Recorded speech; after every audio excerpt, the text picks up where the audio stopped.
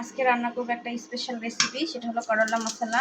সেটা করার জন্য প্রথমে কড়াইয়ে যে তেল গরম হওয়ার পরে আকর জিরা দিয়ে দিলাম। ওর মধ্যে এই যে করলাটা কেটে বের করে রেখেছিলাম সেটা দিয়ে দিলাম।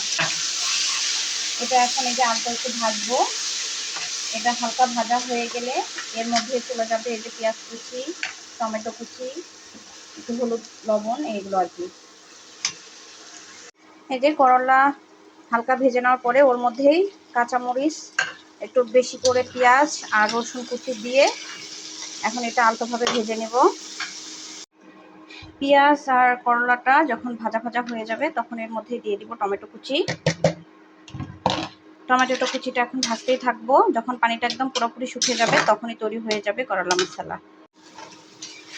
করলা, পেঁয়াজ, টমেটো যখন প্রায় ভাজা ভাজা হয়ে আসবে, টমেটোর পানিটা পুরোপুরি কমে যাবে, এই পর্যায়ে দিয়ে দিব হালকা জিরার গুঁড়া আর এই যে হালকা ধনিয়ার গুঁড়া।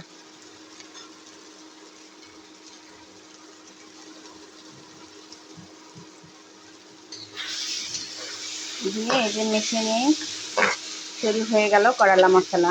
আগে কেউ কখনো এভাবে খেয়েছেন কিনা অবশ্যই জানাবেন। করলা একবার হলেও ট্রাই করবেন, খেতে খুবই ভালো লাগে।